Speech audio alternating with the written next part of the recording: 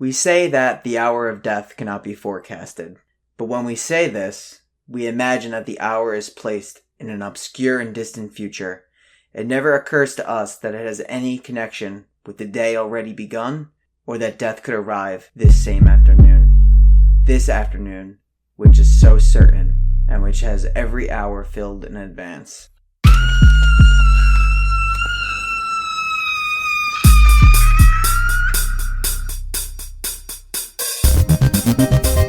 Jason is my son, and today is his birthday. You could have dinner with us. My brother makes good head cheese. Candyman, I get cheese. Candyman, Candyman. We all go a little mad sometimes.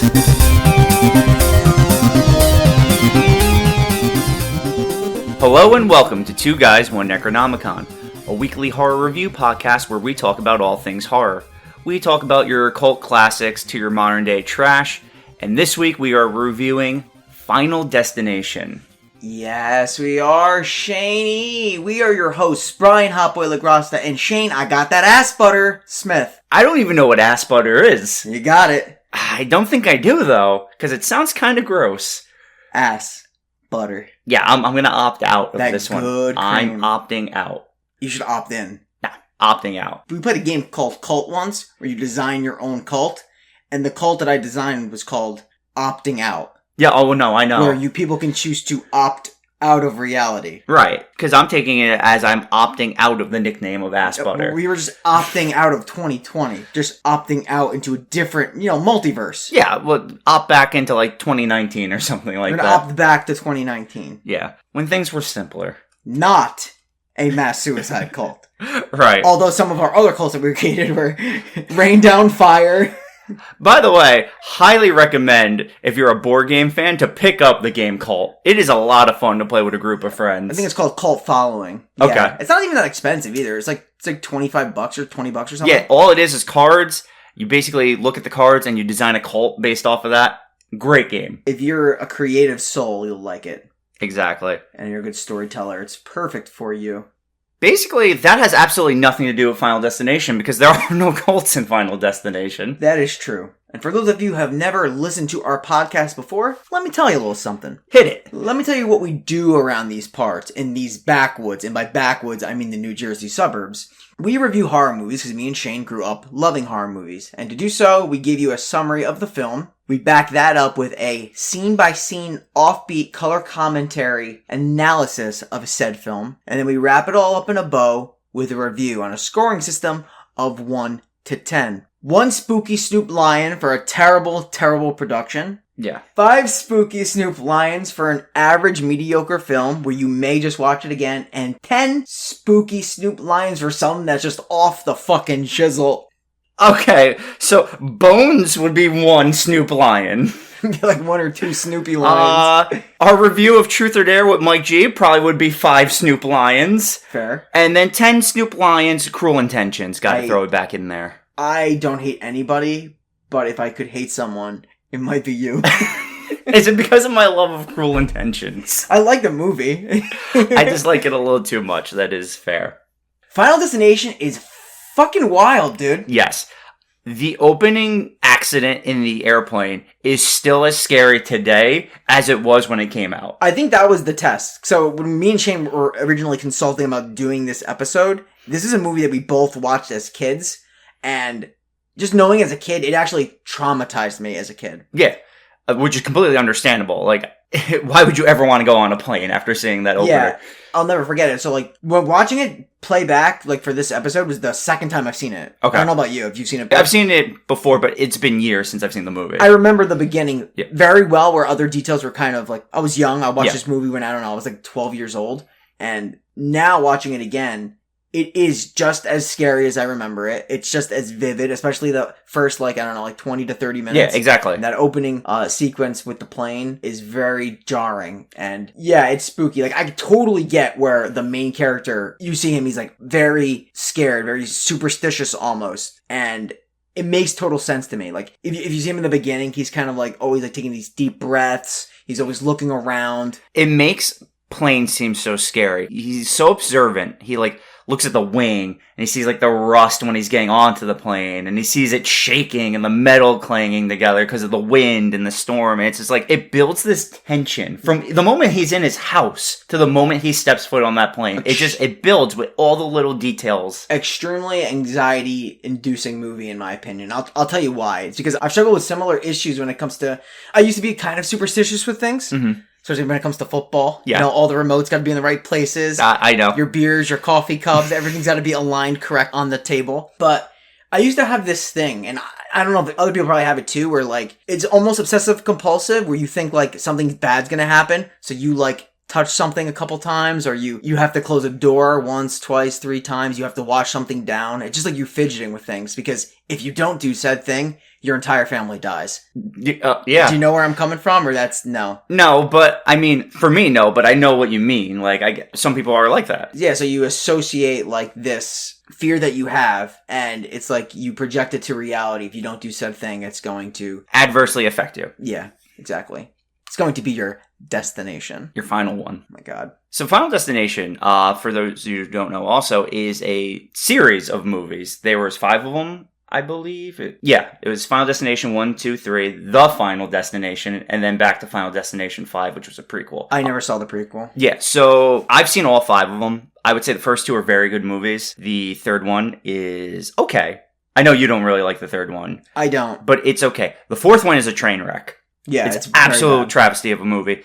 And the fifth one was pretty good. I like the fifth one. I have to watch it. Probably going to watch it soon after watching this again. By far, this one is the best one. The first 2 are very solid movies. And I want to bring to attention, I know you normally list the cast, we'll bring it up now. The acting is very good in this movie. Like, Devon Sawa as the main character, Ali Larter as Claire are both really strong leads in this movie. One issue I have with this movie is one of the characters, and I think you're going to probably know who I'm talking about. This guy's just a pure caricature. Like, it's stereotype and that's it. Oh, yeah, you're going with Carter. Yeah, he's ridiculous. Well, because the movie takes place in the 90s, and he's a 70s greaser.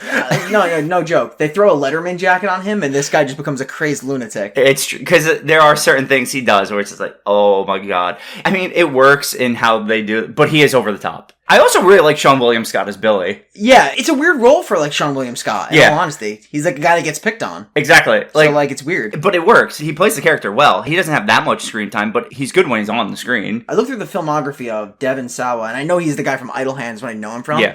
And I know him from this movie, too. I don't know him from anything else. And I don't know. I think he's got, 50-something IMDb creds. I feel like he should be in way more movies. I agree, because I love Idle Hands. Great movie. He's really good in this. The other movie I know he's in, because it just came out, the new John Travolta movie, The Fanatic. Oh, yeah. Which was directed by Limp Bizkit. And I'm so excited to watch. I think it's free right now on Prime, so I gotta get to it eventually, but... I don't know about directing, but Fred Durst can act. Because Population 436, he plays a deputy. He's really good in that movie. Surprisingly well. But yeah, I've heard very bad things about The Fanatic in terms of it's hysterically bad. Like, it's really funny, so I'm kind of excited to watch that. Going back to this, Devon Sawa's good in this one at least, so... Yeah, this movie feels like a 90s movie. I mean, I don't guess it was filmed in the 90s. It was released in 2000, so it definitely has a 90s charm to it. What year did it come out exactly? 2000. It did come out, so exactly 2000. And it's directed by James Wong, who has... this was the peak. Yeah, and it was his first directorial. His directorial debut, and then it was just down a cliff. Because I think it was Final Destination 3, and then that Dragon Ball Z movie. I'm not a Dragon Ball Z fan. You don't have to be. And that movie was so freaking bad. Yeah, you don't have to be. It's garbage. So I feel bad for anyone who was a Dragon Ball Z fan who saw that movie. He did do some producing, though, for, the X-Files and stuff like that, I think. Yeah. So that he was involved with several X-Files. He might have even directed a few episodes. So maybe that's what he's better at, because this is the only good movie he's directed. Some guys need to just stick to TV. But it's true. Speaking of the X-Files, what's interesting is this actual script, not this exact same script, but this was basically an abandoned script for the original, one of the original X-File episodes. Really? I could see this working as a short episode. 100%. They do stuff like this all the time. It's a great show. So, you know what? Without any further ado, let's jump right into the Spooky Pit. When Alex has a premonition where he and his friends die in a plane crash, he saves a group of people only to find out they are dying in mysterious ways. Perfectly summarized. Doesn't give you too much, just lets you know just enough to get interested in the premise of the movie. It's interesting. There's a connection between the deaths, which is super cool. They do a lot right, so let's get right into the opening scene. So the opening scene is Alex in his home. Alex is Devon Sawa's character, and he's packing for his trip to Paris. It's a school trip. They're sending about 40 kids and 4 teachers to Paris. Yes. It starts off right away building tension. Alex is has a tag on his bag from the last time we've traveled. And he's like, don't cut that off. It's good luck. It's the superstitious element. Exactly. He doesn't want to take it off because the plane didn't crash. And I love it because the mom cuts it off. And it's filmed in almost like a ominous slow-mo, like right from the jump. It builds this tension. She's like, I don't know where you got that ridiculous idea, that you need to keep it on there. And the dad's like, I'm still here, aren't I? So it's definitely, it's from his father. He probably got this superstition. That's right. It wasn't his bag, it was his father's bag. Like I said, it builds this up. Previous movies we talked about with kids and parents that don't exist, like Slender Man. Very fair. This is actually a movie where, besides one character, which does get explained, everyone has parents that actually seem to really care in a scene. So it's a good change of pace from movies we've reviewed in the past now. Yeah, makes sense. Another thing now they do to build up. Alex goes to sleep. And pause here, because I got something interesting about this scene. It's really funny. All right, let me hear it. Devon Sawa was pretending to go to sleep while he was acting this. Mm-hmm. He actually falls asleep on set for 4 hours. That's awesome. It's literally, when I read that, I'm like, oh, I love this guy even more. Yeah, you know what? Because it's like something you would do. Oh, the sleeping jokes. This is what we're doing. Yeah, Let me get that ass butter. Yeah. While Alex is sleeping, he wakes up at 1 a.m. and he looks around, and then when he goes back down to sleep, they pan to the clock at 1 a.m. and it flickers 180. Flight 180. Exactly, which is the flight he's going to be taking tomorrow. So once again, it's building up to the flight tomorrow. Yeah, and I love because you see some of the stuff in his room. I'm like, what is this kid into? Because I see a doll hanging by a string. There's creepy, a monkey doll, very creepy. And then they really zone in on the oscillating fan, which plays a big role in this movie. It should, because they literally flash over to it 100 times in this one scene. Yeah, see, this is when you show something and you actually use it later on, and it's not just a plot point that doesn't exist. A plot point that leads nowhere. Exactly.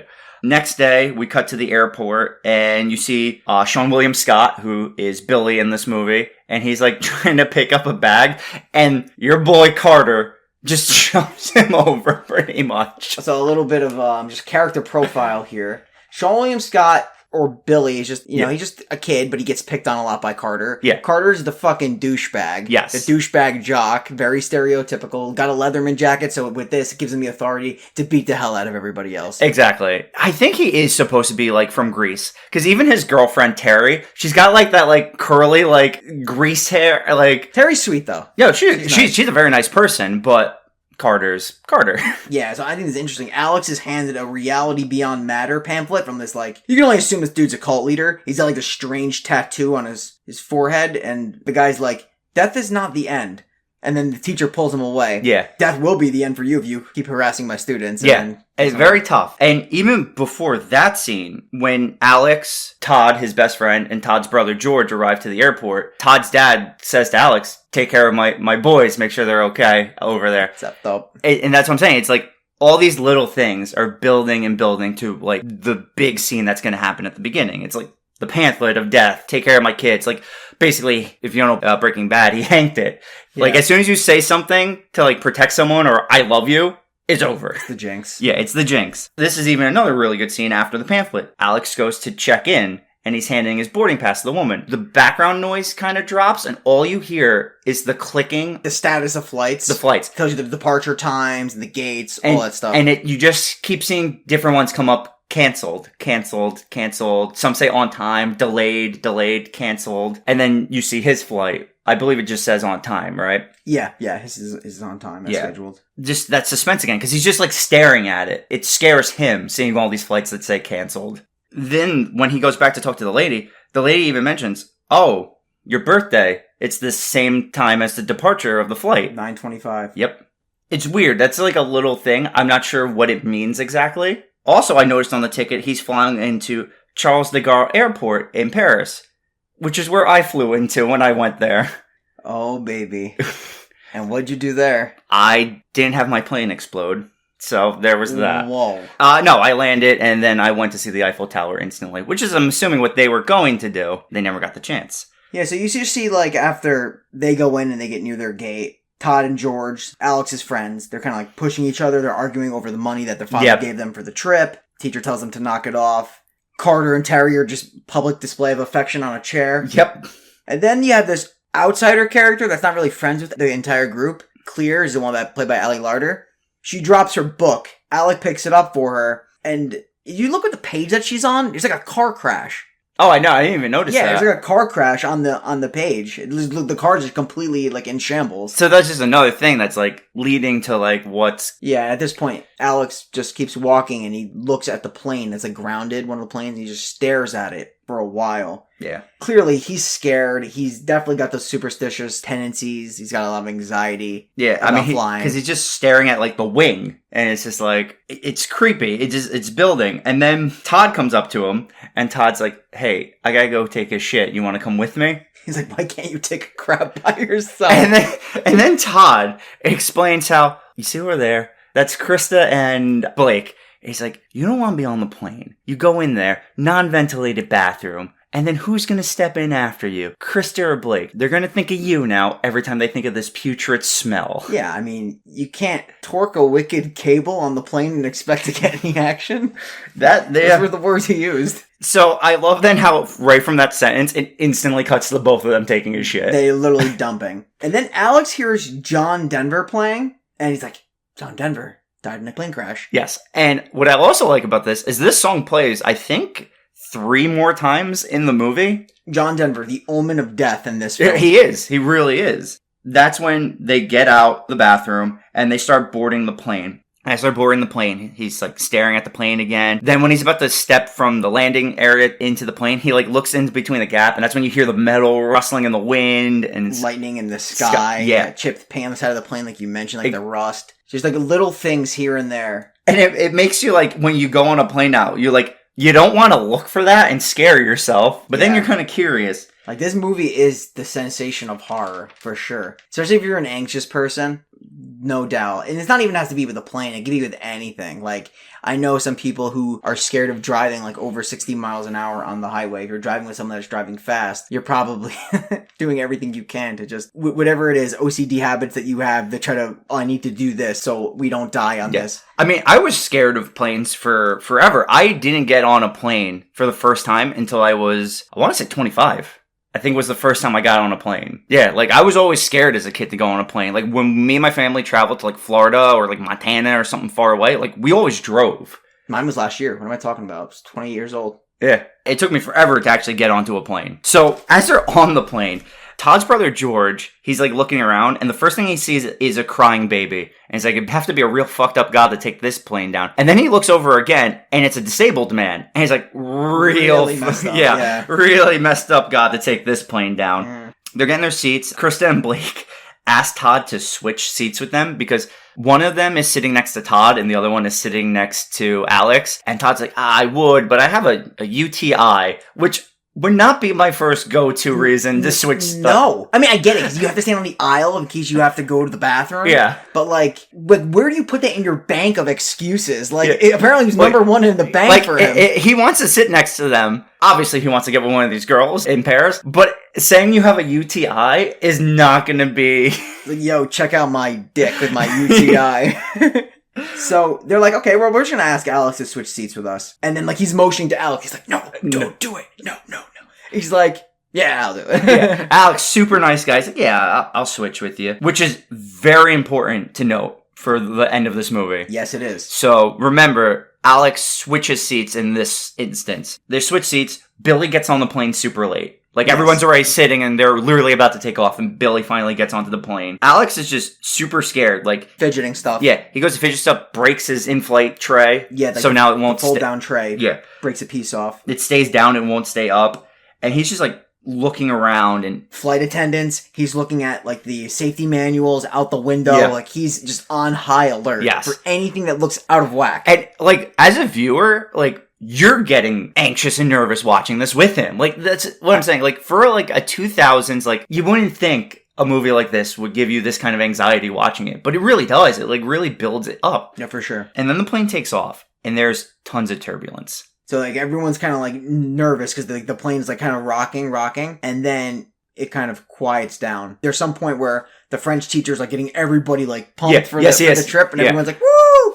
And then the turbulence strikes again. This gets absolutely nuts. Like, the turbulence is going strong. The bags are falling out of the top. They do a cool thing where a box of candy falls, and you see the candy rolling up and down the aisles. Yeah. Air masks come out. People are grabbing onto those. You could see the panic. And then, like, a fire shoots out from the side of the plane. And the fucking window just opens up and a hole falls in the plane. Yeah, I think a few passengers are, like, pulled out. Yes, and then there's, like, one girl who's left trying not to. The teacher tries to, like, pull for her and reach for her. Mm-hmm. Doesn't work. And she just gets sucked out. And you just, like, see the fear. It's really cool because the luggage is just smacking everybody. Yeah. Like, it's this real surreal moment. All this is happening, and then out of nowhere, a radio comes flying and, like, hits Todd in the back of the head. Yeah. And then Todd is out. And then you just see an explosion, blood just shoot, like, into the roof, and then you just see fire come from the front of the plane and engulf everyone.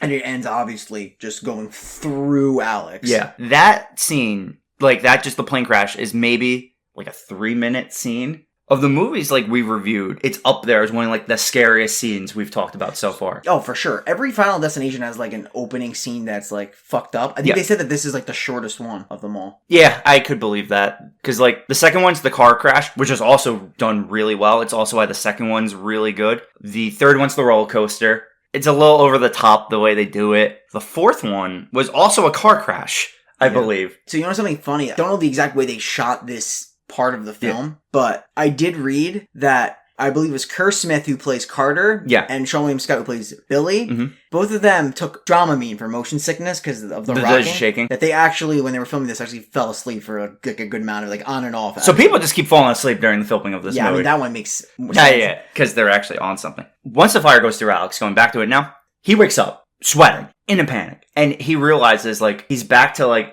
5 minutes prior. It's just Krista and Blake asking... They're asking Alex to switch? Asking Alex to switch. Yes. He doesn't switch seats with them because he gets up and says, we have to get off this plane. This plane's about to explode. Voicing it at the top of his lungs. And the flight attendant's like, that's no joking matter. And we're going to have to remove you from the plane. And obviously some guy is screaming bloody murder. No, yeah, he's off the plane. You get them off the plane. Absolutely. Carter gets up and he's like, stop. And he like goes to punch him. He's like, yeah, you just see the anger in his face. And he just goes right and punches him. So then Carter, his girlfriend, and Alex are being pulled off the plane. As they're being pulled off the plane, Billy was coming in late. Makes sense. So Billy gets caught in that, and they bring him off the plane. George goes to Todd. He's like, you should go make sure Alex is okay. Are you sure? And he's like, yeah, go. So Todd gets off the plane. His brother stays on the plane. I think Billy going late is the part where you know, wait, there's more to his dream than that. Exactly. Because the dream coincides exactly with Billy coming onto the plane late in reality. Exactly. Everything that was going to happen was happening again. And then Allie Larder, Claire, she just looks around. It's not Claire. It's Clear. I thought it was Claire. All Clear. Really? Yeah, I think they named her after one of the crew members. An assistant or something, I think. I've been calling her Claire since we started this review, and pretend I haven't. It's Clear from now on. I mean, it's honestly, it's close enough. Well, anyway, Clear looks around and just gets off the plane with them. They don't give a reason yet why she got off the plane. She just gets off the plane. She felt compelled to get off the plane. At this point, Carter, he lost it. He continues to just try and fight Alex, but he's being restrained. And the teacher, she's talking with the other French teacher because the security's only going to let one of them back on. The teacher, I think her name is Valerie. It's Miss Luton. Val Luton. She tells the French teacher, you go on. I'll stay back and catch like a later flight. Yeah, because she says, like, you know the whole French thing. You'll be better off going with the first group of kids. Mm-hmm. And this also played a big part into this movie on her character. Because he gets back on the plane, she stays off the plane to deal with these kids now. Who, like you said, the security guards are still breaking up. Yeah, because Carter's a fucking hothead and he wants to fight anytime he has the chance. As everyone's, like, freaked out and upset because of Alex, like, explains, like, I saw the plane explode. He kind of sits next to Val and explains to the teacher what happened. You see a shot of Billy. He's, like, watching the plane take off. He's like, there they go. Here we stay.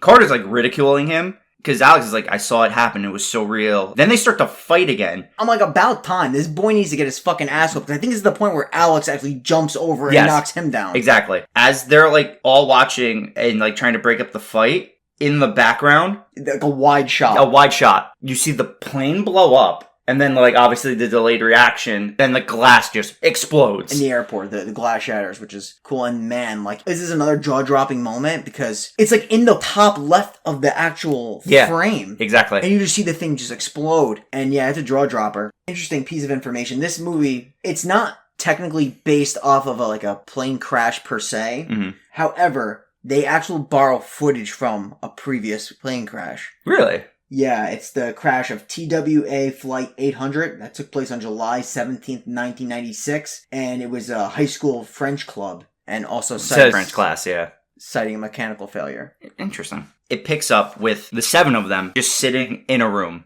It's just like one of those like detainee rooms, I would assume, and they're just all sitting, staring at the floor. No one's saying anything because obviously they're all in shock at what happened. I don't think I would talk for another year. It's tough. Like, I mean, imagine going from pretty much being dead to living. It was the cusp of a guy in the back just causing a ruckus, and either you get pissed off, you felt compelled to leave, or you're just late, like Billy, to get on the plane, that your life is spared. Yeah, Todd, like, he's only off the plane because his brother told him to check on Alex. It's going to be the last thing that he thinks about. And also, not only to mention that, what about the teacher? Yeah. The guilt that she must feel. Exactly. Go on the plane, I'll get a later flight. It's terrible. It's like, that's what you're saying. Like, it's such a mixed emotion. Like, you're grateful that you survived, but like, it easily could have been someone else that took your spot and survived. This is what this movie does well. That's what I'm saying. This tension it brings here. And then, as they're waiting, a guy named Howard Siegel, whatever you want to say, he walks in, he says he's part of the transportation board, right? Exactly. And he says, your families have been contacted. Then I think one of them asks, is there any survivors? And he's like, so far we don't know. They're still investigating. The FBI is here, and they say they're going to have to ask a few questions. And Alex tells the FBI, like, he saw it in a vision. They're going to start holding, like, single-person interviews, and he's going to explain what happened to him. The first question they ask is, your comments prior to takeoff were about, you mentioned that the plane would explode. Like, he said that. And then he tells him, he's like, I got this feeling, like a wave that came over him. And they're like, you do any drugs? And he's like, no. He's like, I saw the plane explode. One of the agents, I forgot which one it was, they asked him, this weird feeling, has that had anything to do with what you said that you wish Carter was on the plane? Yeah. Like, that's what he said before it took off. Exactly. So he'd have some kind of knowledge of the plane going to explode. They're kind of framing it like he wanted the plane to explode with Carter on it to, like, take Carter out. And Alex is like, of course not. Yeah. And the agent's like, well, why did you say it? Exactly. Then they talk to Todd, and Todd explains how, like, his brother George told him to get off the plane to check on Alex, and that's why George died and not him. Claire, all she says is she saw and heard Alex and believed what he said. Just as simple as that. She just believed him. So she got off the plane. And they gave her a little backstory. I like this interview. They're like, listen, nobody forced you off the plane. According to reports, you're not friends with anybody on this plane. Why did you get off? And exactly what you mentioned. She just felt compelled. She's seen Alex. She saw the way he was behaving. It wasn't normal. She felt compelled to get off the plane. Depending on the situation, it's tough because it's like, do I leave? I don't know if I should leave. You get that awkward feeling. Yeah. I would be hard-pressed not to leave. Yeah, because it's, like, so unsettling. Like, do you really want to stay on a plane when someone's saying that? I feel like now, because this movie was pre-9/11, everyone would stay on the plane. I feel like now they would just evacuate the plane and check. Yeah. So it's, like, just the difference between before and after 9/11. After this interrogation, though, all the parents come in for the kids. And it's nice to see in a movie, like, all the parents are coming in, they're hugging their kids, they're happy to see them, parents exist. Parents exist. They definitely exist in this movie. Todd's father shoots Alex's death glare. Yeah. But I like that because that's why I hate watching movies, especially when kids are in high school and they do stuff and the parents are nowhere to be seen. Because, like, for the most part, I'm sure there is, like, now in Claire's situation, no parents come in. And you'll learn why later, but that's okay to have one character. It's when every single character basically has no parents. No, it's kind of weird. They're just thankful they're alive. Alex's family takes Claire home, actually. And you can just tell no one said a damn word in this ride home. How do you? Like, Alex is the one who saw the vision, so it's like, what do you say exactly? He looks stunned, man. Yeah. You just tell he's just looking forward, like googly-eyed. They drop off Claire. You get back to Alex's house. The parents are asleep on the couch, and Alex is sitting there watching the news, And it says Flight 180 had 287 dead, 40 students and 4 teachers were part of it. And so far, there are no survivors. And you just see footage of them like pulling chairs out of the Hudson. Flaming debris everywhere, yeah. Because this movie, I think, takes place there in like Long Island. They flew out JFK. They actually specifically said JFK, so. That makes sense. Yeah. That's what I'm assuming. I guess that'd be the Hudson River they're pulling I think so. debris out of. Alex is just like watching the news, and then he sees like the wind pick up, and he looks out his window. A lot of wind. Yes. And they do this well. So he just sees lightning strike and hits the street. So then you cut to 39 days later, and they're at like a giant memorial service for the students and teachers that passed away on the flight. Alex is there, the other survivors are there, but you know who else is there? The FBI. Yeah, they're just chilling in the back, and they're definitely looking over at Alex. And I kind of love this. The FBI is not subtle.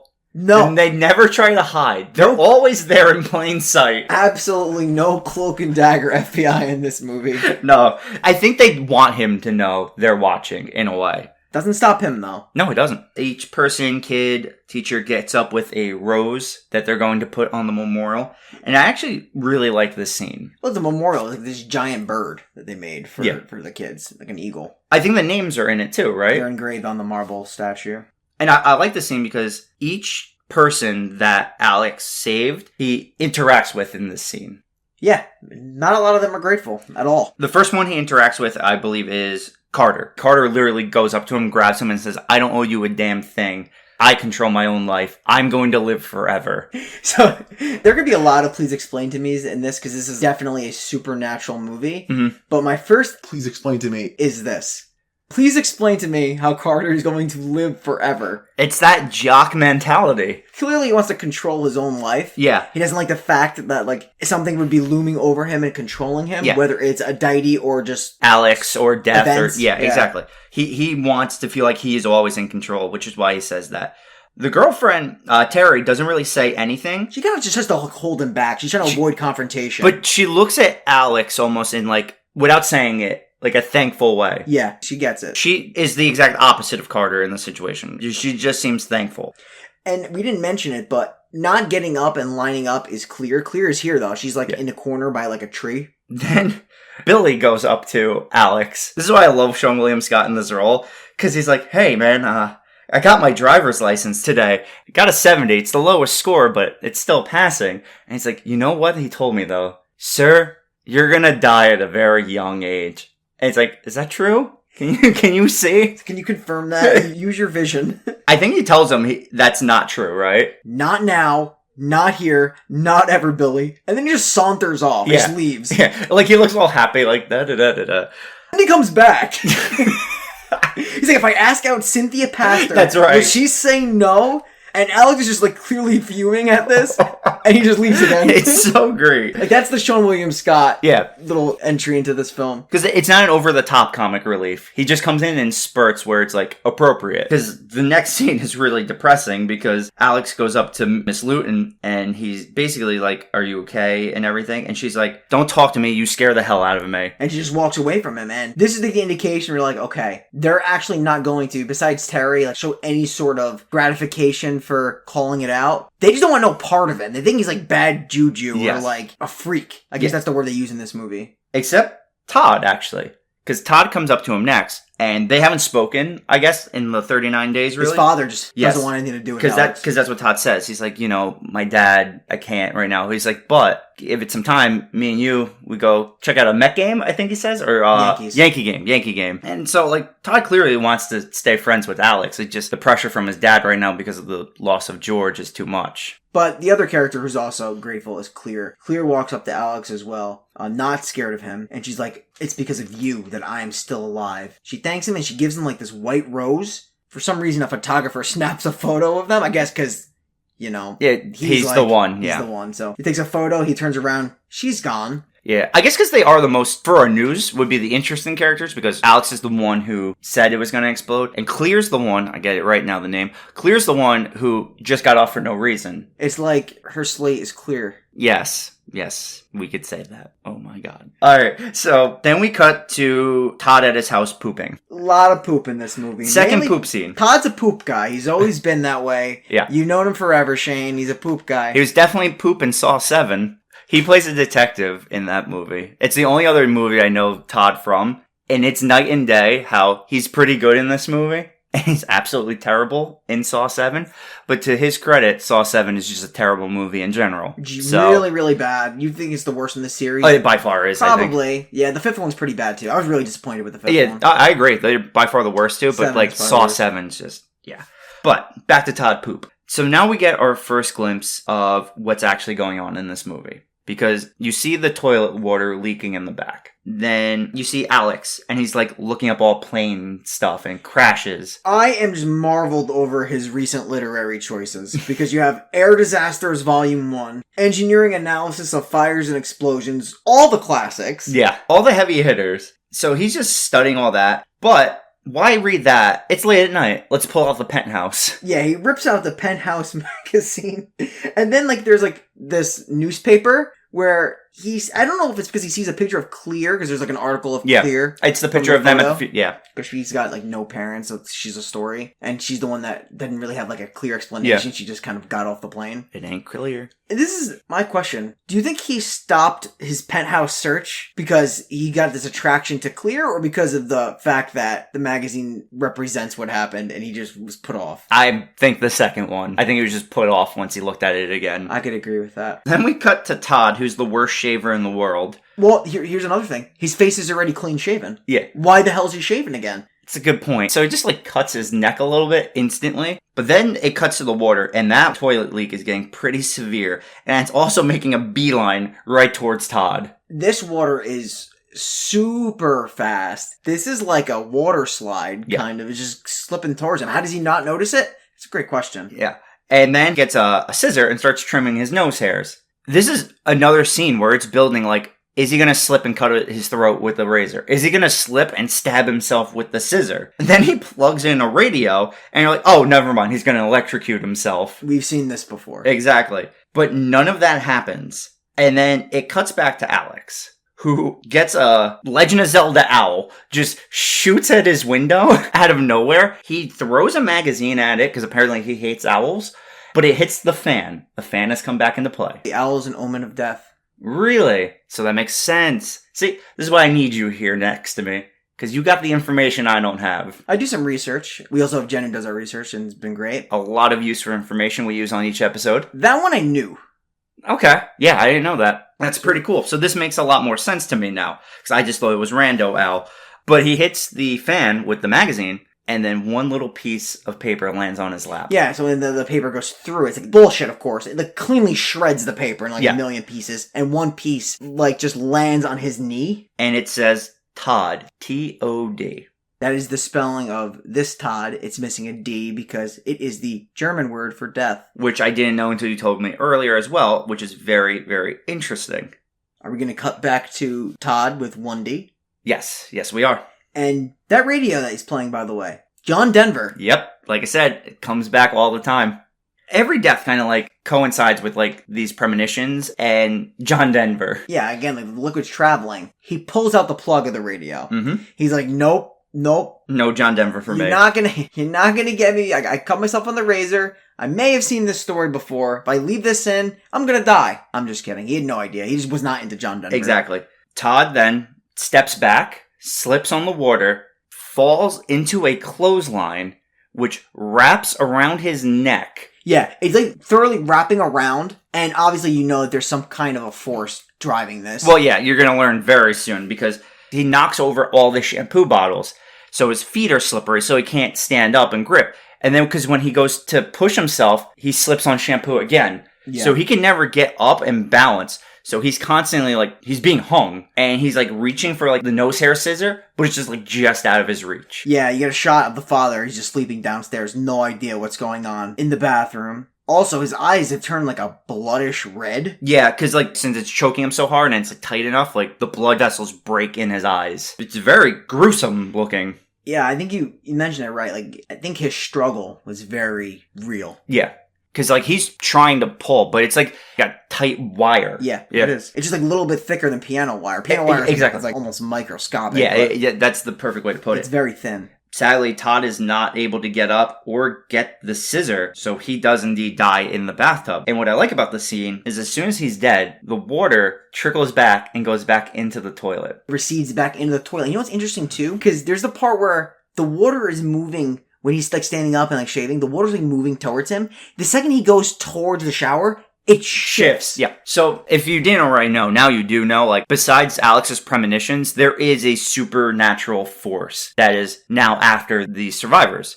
So whatever this force is, specifically targeted this water and wanted to make it look like an accident. It doesn't want to be known what's happening. Exactly. Cutting back to Alex, he's now run to Todd's house because he had a bad feeling because of the paper. But he's too late. The police are there, an ambulance is there, and Todd is already dead.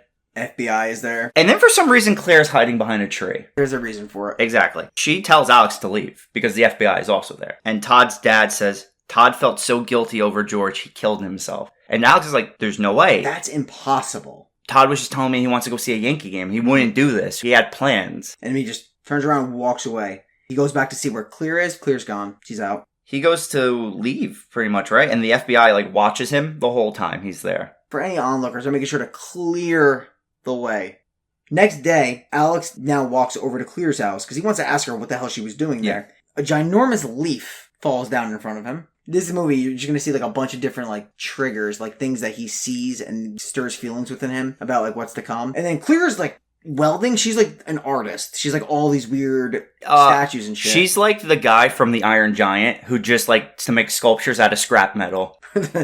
Ryan Philippe's character in Wish-A-Thon. Yes! She's a dumpster diver. He just goes through random trash and takes it. It's so funny. That's a movie. A side note for this, I want us to review. And I think the people listening want to hear it. It's entertaining. You know, bring back Joey King. It's fucking worlds better than the last movie. Much better than Slender Man. Yeah. That's for sure. Alex goes to Claire and he asks why she was at Todd's house. But she doesn't answer. She just says the FBI are watching and she can't figure out what happened on the plane and why 7 people got off that day.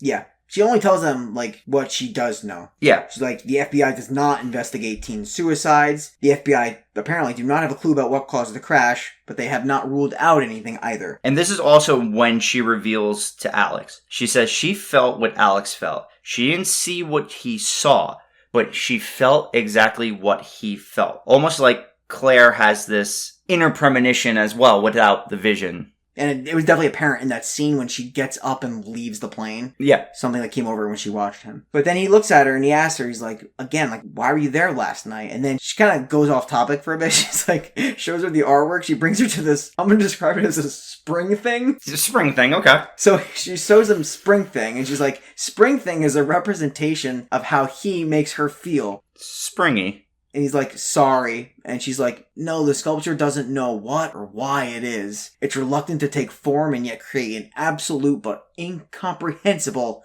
attraction. After going through all this weird art talk, she does eventually say she was at Todd's because she felt it again. They kind of have this, like, connection together, the two of them. Shane, she's turning up the heat. It's been 4 years of high school and they've never spoken a word. Exactly. And now, like, they're feeling all these things together. Alex even says this then, so what if Todd was just the first? What if there's going to be more? Exactly, because those feelings have not gone away. So they have this idea to break into the funeral home. Breaking and entering always works out. It actually does in this movie. It actually really, they get a lot of information in this funeral home. Claire also gets a rush. Oh, yeah, baby. By the way, can we elect a passion bump in one of these scenes or no? Which, of this one? The one before. You don't think so about talking about spring thing? No. What about the one where she gets a rush? I was gonna say this one. Okay. Like I said, there's a rush. Claire's feeling it. She likes breaking the law. I want to do it because there isn't going to be one anywhere else in this movie. A passion bump between Claire and breaking the law. She's getting off on it. Yeah, exactly. And you know when you get off and you're vibing. She's vibing right now. She's feeling hot now. She's feeling real sweaty. In a good way. Let's do it. Fire it up. Passion bump! Passion bump! Passion bump! My G. So then they go to Todd's body. Todd's arm just flails. Yeah, it's like one of those things where it's like a nerve or something. It just like kind of moves. Actually, Tony Todd comes in as the mortician. And he actually says it's the chemicals. twist, Candyman's in this movie. He comes out, Candyman, Candyman, Candyman. It's cadaveric spasms that cause his arms to move. He's credited in this movie as Bloodworth. You never hear anybody use that term for him. No, I just refer to him as the coroner, mortician, whatever that job would be. He, though, is by far the most helpful person in this movie. Without a doubt. He gives them a lot of information. He's also working really late hours. I guess the mortician schedule is the late shift. Yeah. Well, interesting thing with Tony Todd in this movie. I think I remember reading this. What Tony Todd basically tells them is that Todd's death wasn't a suicide based off of the pulling of the wire, like Todd was trying to get out.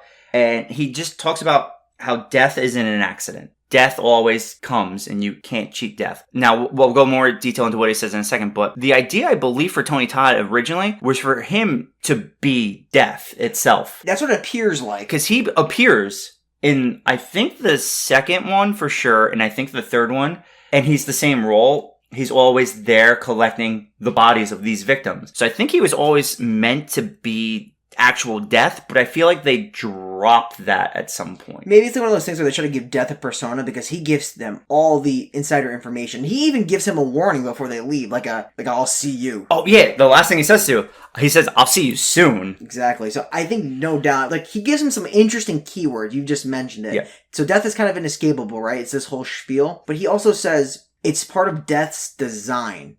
You mentioned cheat death. Yeah. These are keywords. Cheating death and a design.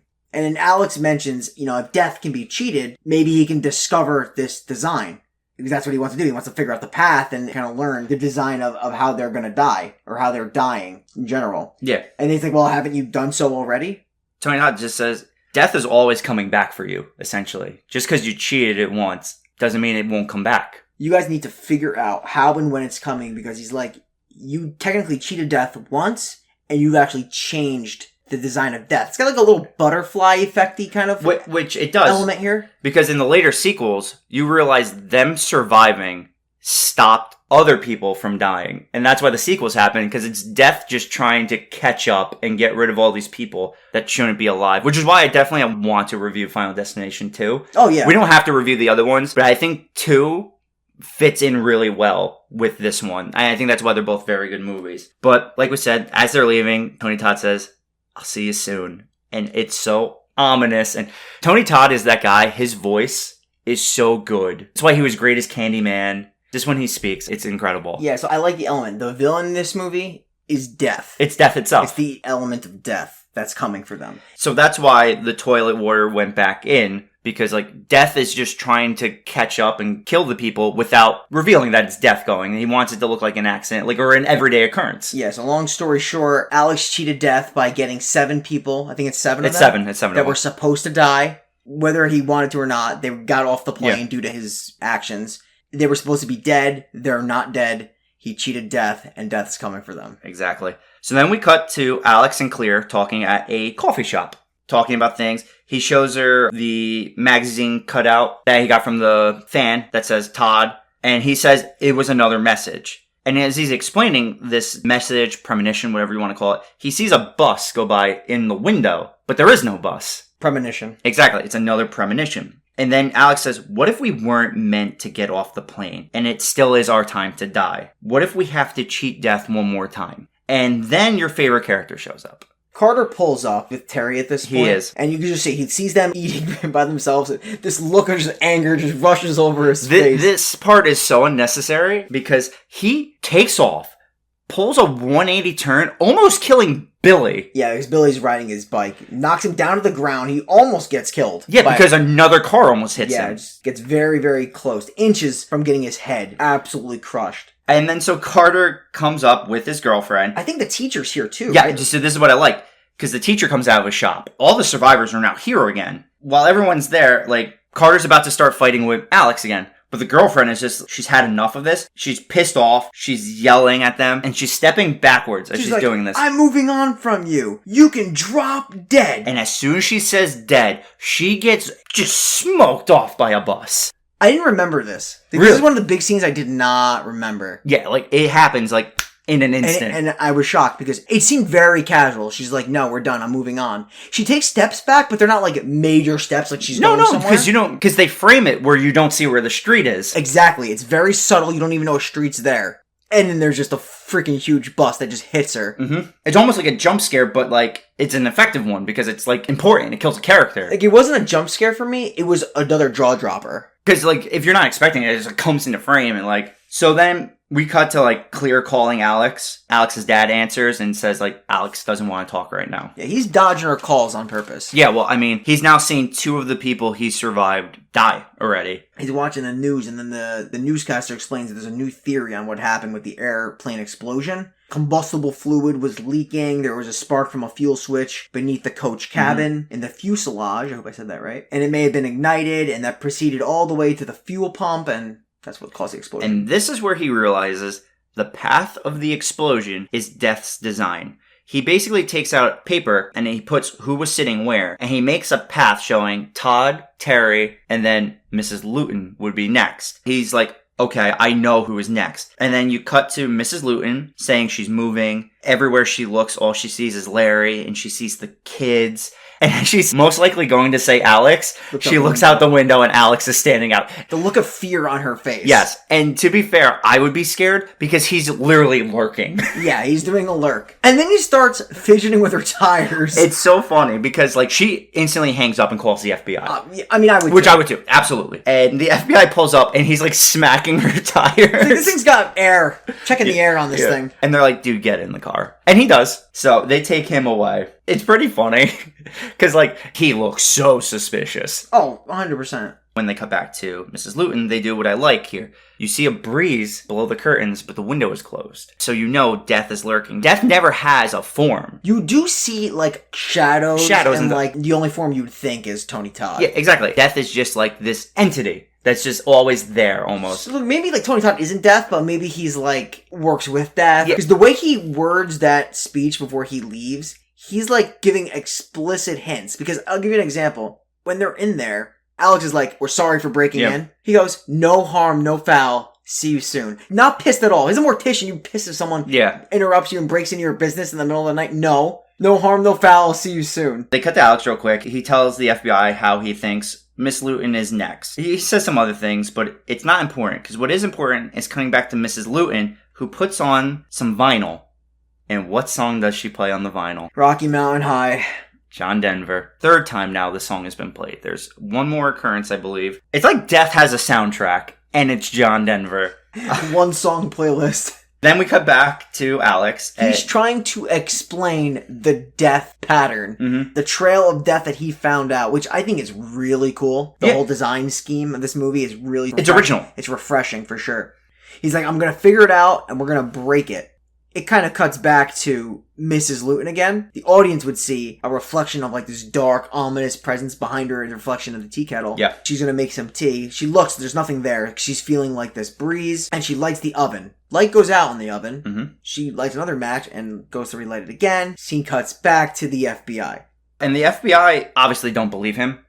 And Alex is like, I can't save anyone if I'm in this room. And the FBI is like, all right, you're free to go. Yeah, because they have nothing to hold them to. No, they don't. What I like about this, the very end, is the one detective says, the kid gives me the creeps. He says it's because I almost believed what he was telling me. And the other agent's like, you know, sometimes you give me the creeps. Yeah, and now we got a little bit of rain in the background to really set the mood. Apparently we can't record episodes without weather anymore. So then we cut back to Mrs. Luton. I like everything that happens here because it all leads into one thing. She puts a rag on top of the knives. When she goes to drink the tea, she sees the school logo and it freaks her out and she throws the tea. So then she puts ice cubes into the mug, and going from extreme hot to extreme cold leads the mug to crack. So she puts vodka in with the ice, and then she starts leaking as she carries the mug. This is the one part, because I know what you're gonna say. There's tons of please explain to me's, and you would clearly know. Yeah. Because this is a sizable crack.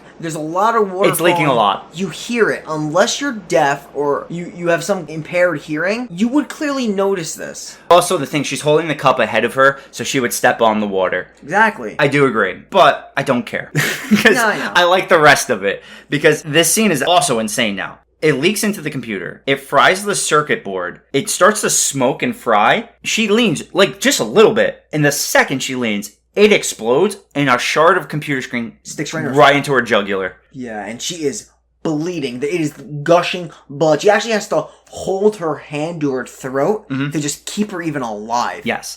So then we cut to Alex, who's walking, and he sees a man burning leaves. They, like, float in front of him. It's like ash, and at first I was like, what the hell is this now? And then it's a foreshadowing moment of what's soon to come. Exactly. So that's why he starts running. Then we go back to the house, which is currently now on fire. She's, like, bleeding really bad, and then, like, the stove blows up. It makes sense because you're still getting electronic sparks from the computer. She dripped alcohol everywhere. Yes. Cracks it all the way to the stove. To the tea kettle, which is still on. Explodes. So she falls to the ground, bleeding out. Now, this is why I pointed out earlier. She goes to reach up for the rag, but she put it on top of the knives. When she pulls the rag down, the biggest knife falls directly into her chest. Yeah, it sticks in there with, like, some kind of force. Yeah, her body, she's, like, covered in blood. She might have had one of the worst deaths in this movie. Because most of them were, like, kind of instantaneous. Like, getting hit by a bus, like, it's pretty quick. Like, the hanging sucked. So my throat has never been slit.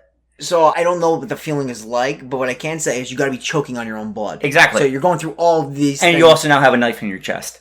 You're right, that's gotta suck.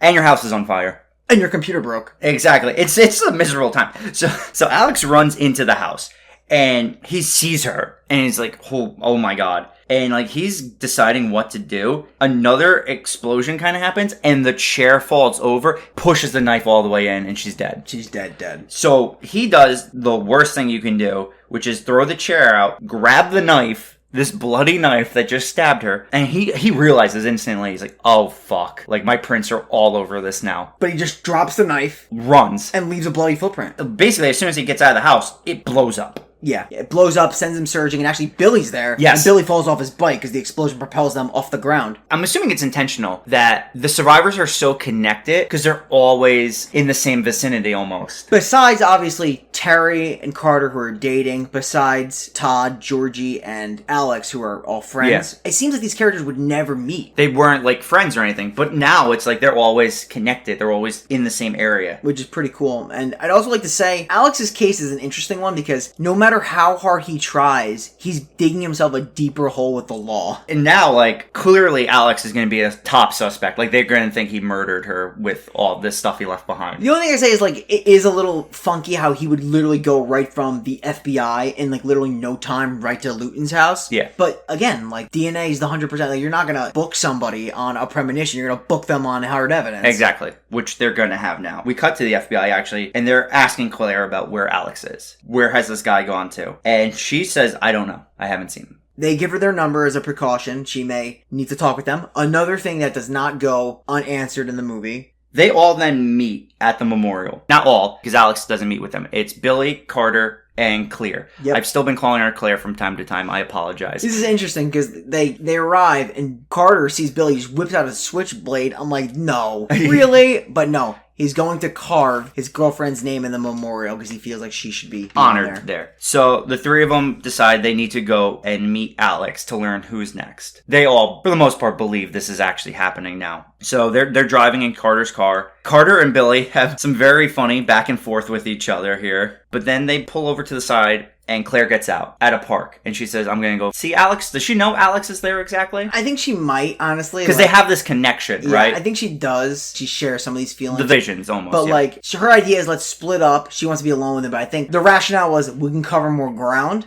But ultimately, it's because she knows she's there. Because she goes right to him and she asks, do you think Flight 180 is still up there? Yeah, I mean, this is interesting because, like I said, talking multiverse, I mean, there's a lot of theories. Is this really happening to us? You think there's a universe where the plane is still up there? I mean, there's a lot of existential questions you can draw from this movie and from this part specifically. But here's you get a little bit of backstory. She tells him that when she was a kid, she was constantly worried about her parents dying. Then she saw like her dad went for cigarettes to a 7-Eleven. The father heard someone say behind him, do not turn around. But on reflex, he turned around and the guy just blew her father's head off. Yeah, and then you learn the mom wasn't all that great of a person. Claire makes it seem the second she got with a new guy, she instantly wanted the new guy and just left her daughter behind. Yeah, and the new guy didn't want her either. She was like on her her own. Pretty sad story for her. And she's like, if this is the design for her father and her family, then screw death. So then Alex and Clear are back in the car with Billy and Carter. And they tell Alex that Billy told the FBI Alex was there, and that Alex's prints were found coagulated into, the ground because the blood heated up and it was just there. In all honesty, it would have just delayed things. They would have found it out eventually. I agree. His fingerprints are I don't blame Billy. If I saw that, you can't really lie. But Billy has my favorite line in almost any movie we've ever seen right now. Billy says, "Will I ever get to see the Jets win the Super Bowl?" And the best part is if he had lived through this movie, he would still be waiting to this day to see the Jets win a Super Bowl. He definitely wasn't alive in 69? Well, yeah, that's what he's saying. Because say he's 18 in this movie, because I guess they're seniors in high school. Yeah. Even if he lived and didn't get killed in this movie, which is coming up, 2020, he still wouldn't have saw the Jets win a Super Bowl. And the way it's going, I don't think he's going to anytime soon. No, but they did just trade Jamal Adams for the farm. Yeah, it could be a good move. So yeah, I just had to bring that up as a person who roots for the Jets and the Raiders. I just think that joke's really good. It aged well because they still haven't won. So anyway, Alex says it doesn't matter who's next because now they're just keep asking him well, who's next? Because Carter's like, is it me? And Alex like, it doesn't matter.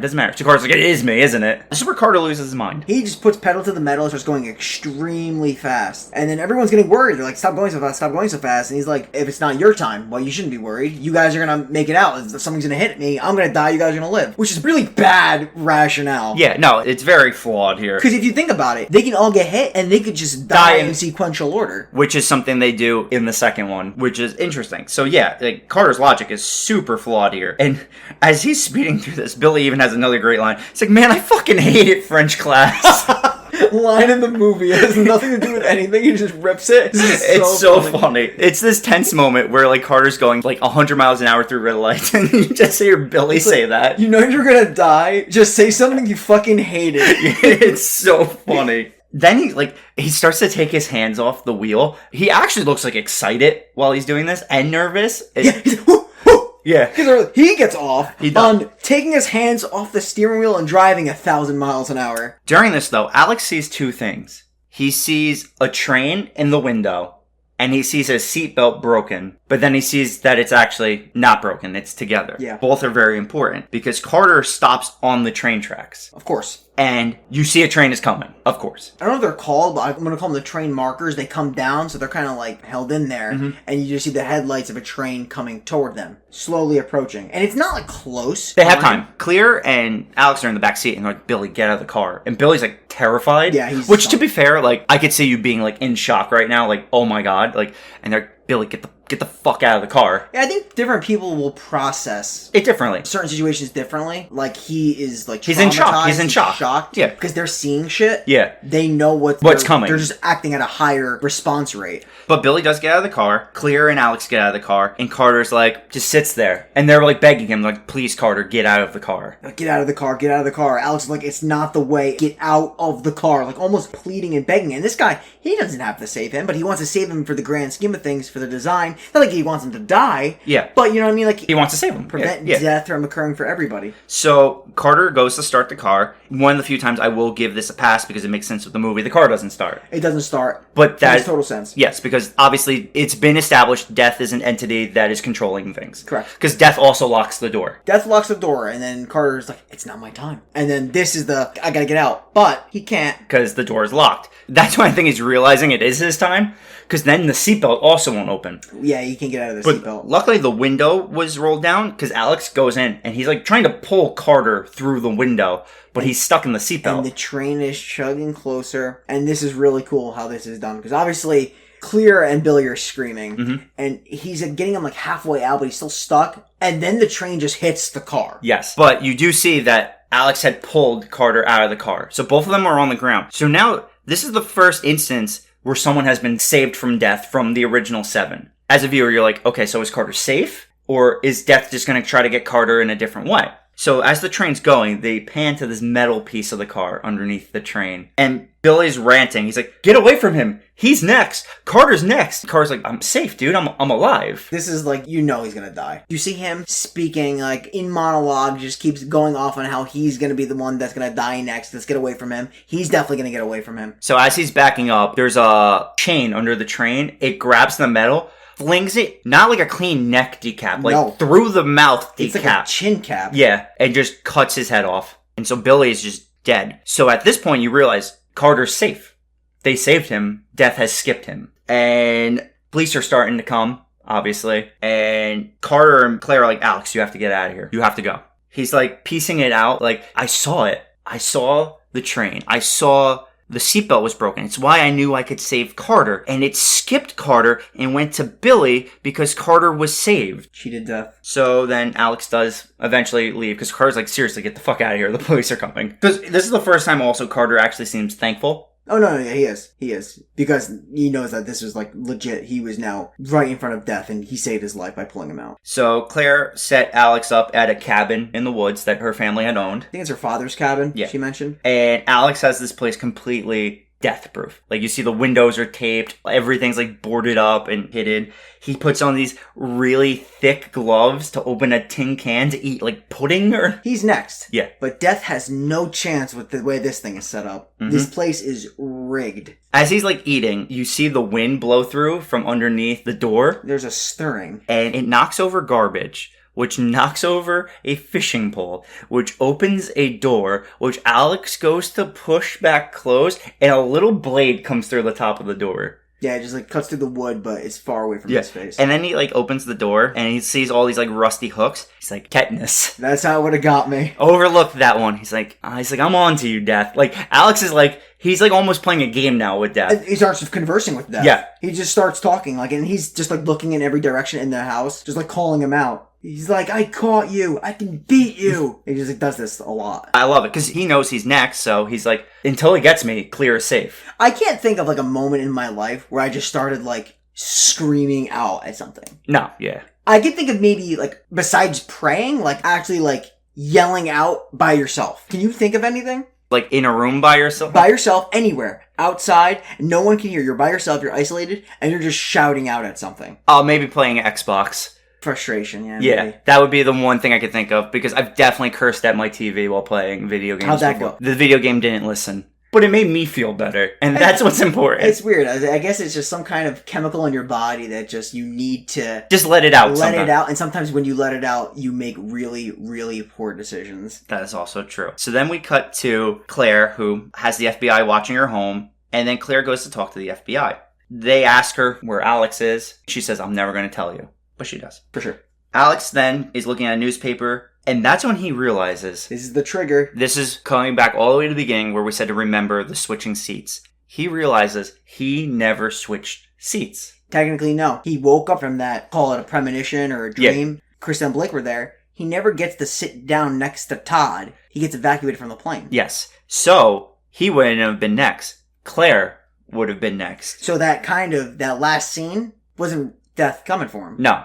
It was just an accident. And that's when he's like, he has to go save Claire. And then it cuts to Claire. And almost like Death's like, alright, I fucked with Alex enough. Let's actually get Claire now. Lightning strikes a transformer. Is that what that thing is called? Yeah, isn't it? It's a transformer. No, you're probably right. I have no idea what that was. It looked like to me like an umbrella without the umbrella. Without the padding. Oh, no. You're talking about the thing on the ground. Eventually it strikes the transformer on top of the pole. That's what cuts the wire loose. That's what I was talking about. So I have nothing Oh, about the thing you're talking about is the umbrella without a umbrella.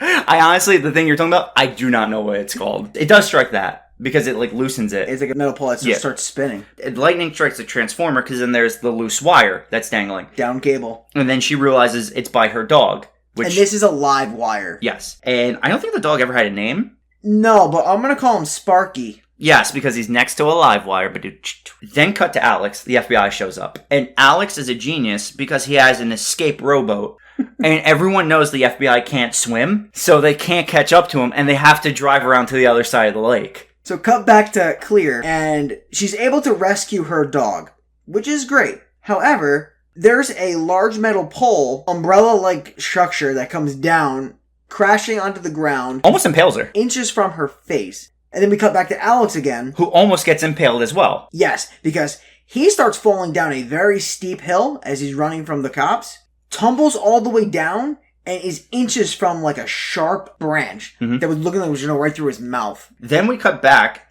and someone finally gets impaled.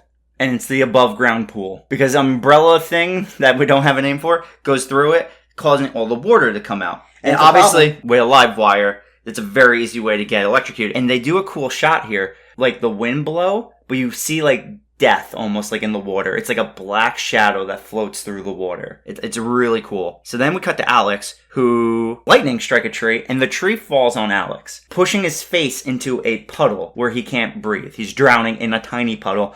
Probably the saddest way to go. Yeah, I mean, you're unconscious and you're just like literally choking on muddy water. But he does wake up.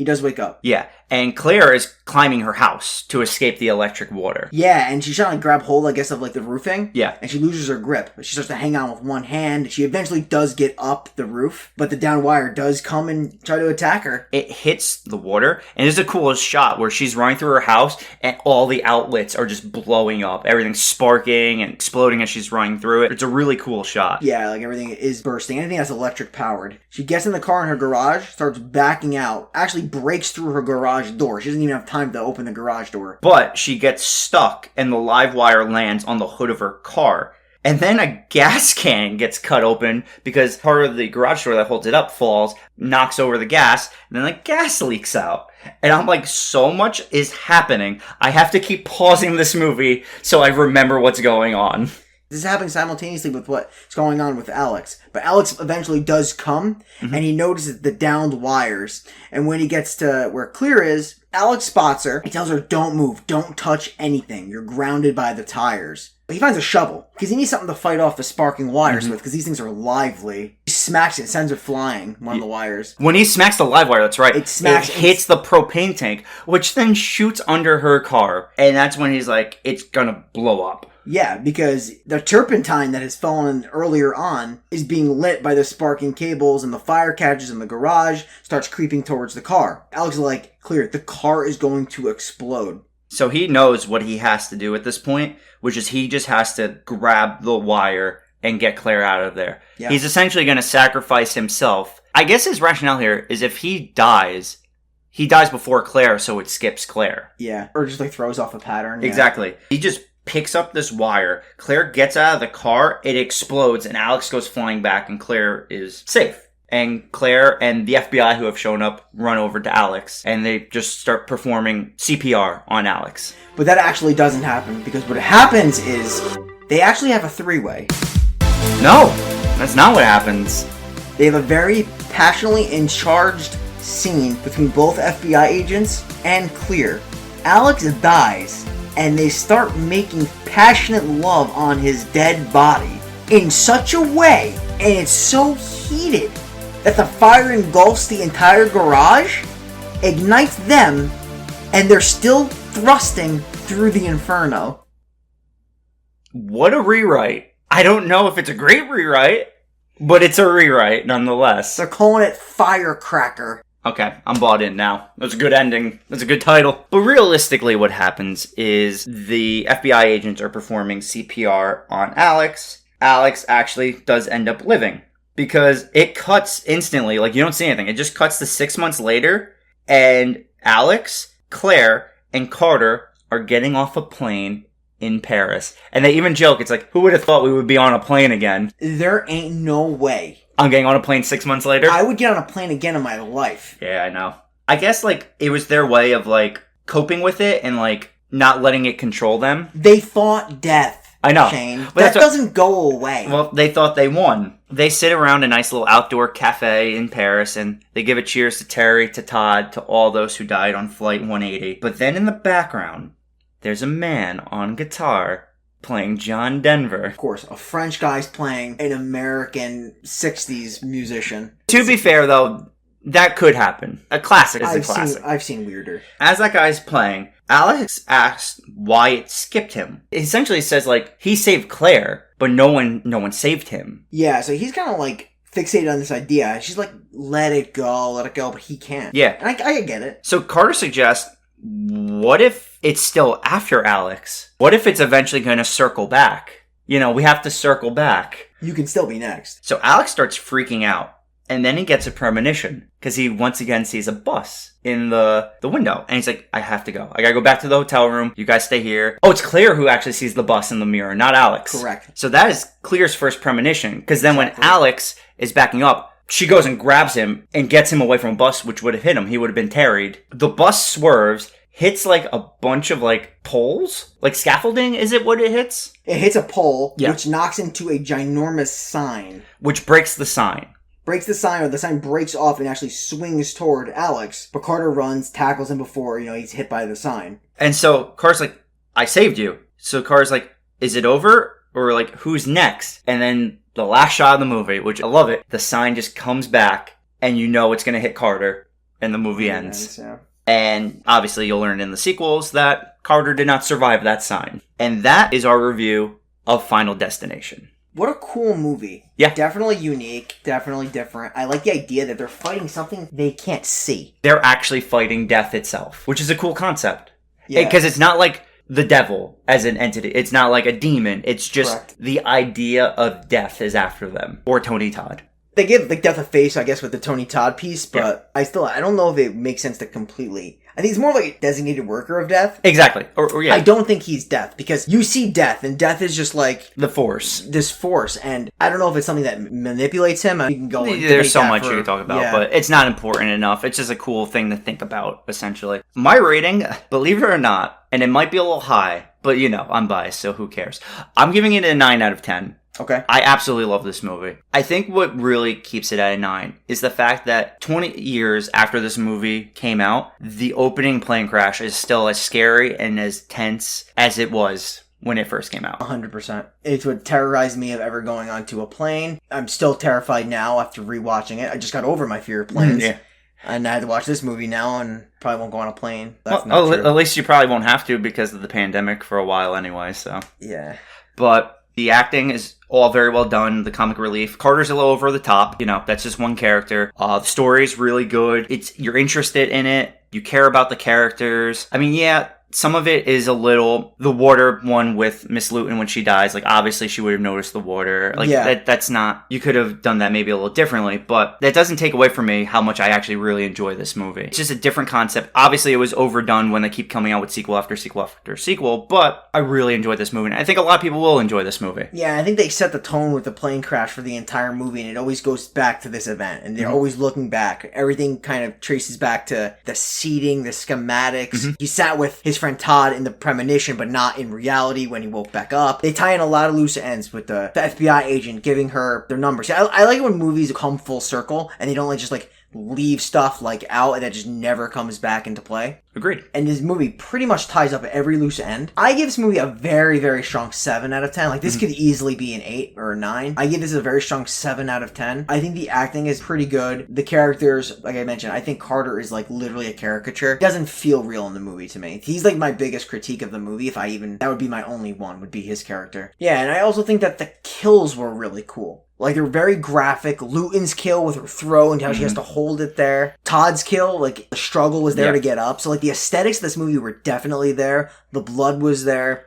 The kills were very creative. Obviously, after, you said, 5 movies, you could see, this could be a very repetitive idea. If you think, this is, 1 or 2 movies, this is, awesome, perfect. That's why I said, that's why I think the second one is a good follow-up and what should have probably ended the series, because 3's 4's terrible, 5 was good, but yeah, easily could have finished at 2. I think that simple ideas are easy to build more movies off of. Agreed. Complex ideas like this, you gotta just, if not even one movie, one more, and then that's it. But I get it, you gotta make money, and we're gonna watch them. That's just how we are, so I get it. It's true. I mean, I will pretty much watch anything. That's a fact. So, I mean, that's why I've seen all of them, because I'll watch whatever. I mean, there's a movie we're thinking of reviewing pretty soon that no one should watch, but we did. And that's a movie called Rise of the Scarecrows. Oh, baby. Yeah, which I think we're going to get to in a couple of weeks. The movie we're getting to next is actually a really, really interesting movie. It's not actually a horror, but we're making an exception for this one because it is kind of scary.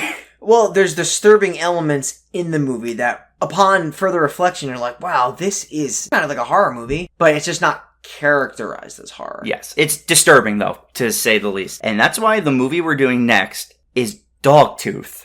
Foreign movie. Do you remember what country? The director is Greek. I forgot his name. We'll give you all that information when we do the review itself. But yeah, Dogtooth is going to be our next review, and that is a movie I cannot wait to talk about. If you've never seen Dogtooth, I highly recommend you watch it before we do the review, because the movie is so beyond fucked up that it may disturb you, but it's very entertaining. At least I thought so. Without a doubt. So, all we have left to say is, if you haven't already, please follow us on Facebook, Twitter, Instagram. Our Twitter and Instagram is 2guys1necro. We're 2guys1necronomicon on Facebook. We thank you for listening. We thank you for following us on our social medias. Tune in next week where we'll see you at the family home.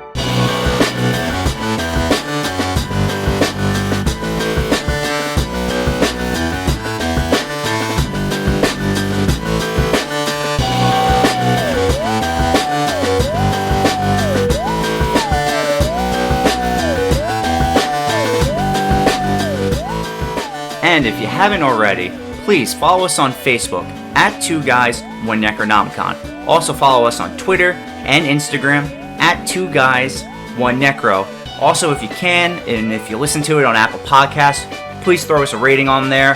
1 star, 5 star, whatever it is, just let us know your feedback. Thank you very much.